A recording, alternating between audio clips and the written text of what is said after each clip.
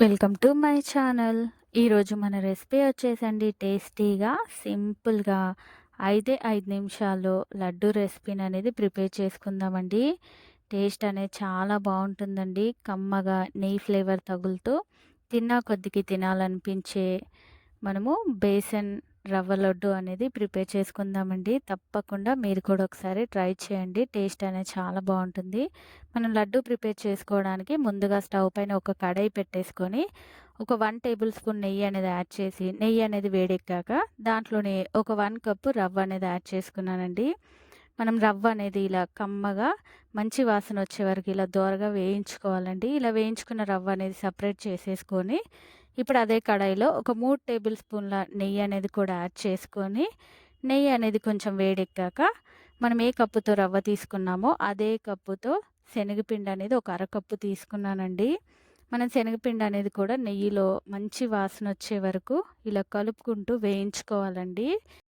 ఇలా శనగపిండి అంతా వేగిపోయాక ఇందాక వేయించుకున్న రవ్వ కూడా దీంట్లో యాడ్ చేసుకొని మొత్తం కలిసేలాగా ఒకసారి అయితే మిక్స్ చేసుకోవాలండి.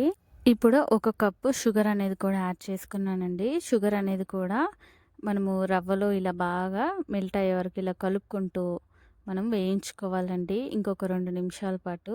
ఇలా వేయించుకున్నాక దీంట్లోని సన్నగా తరుక్కున్న డ్రై ఫ్రూట్స్ ముక్కలు కూడా యాడ్ చేసుకొని, అలాగే మంచి ఫ్లేవర్ కోసం ఒక హాఫ్ టేబుల్ స్పూన్ ఇలాచీ పౌడర్ అనేది కూడా యాడ్ చేసుకున్నానండి.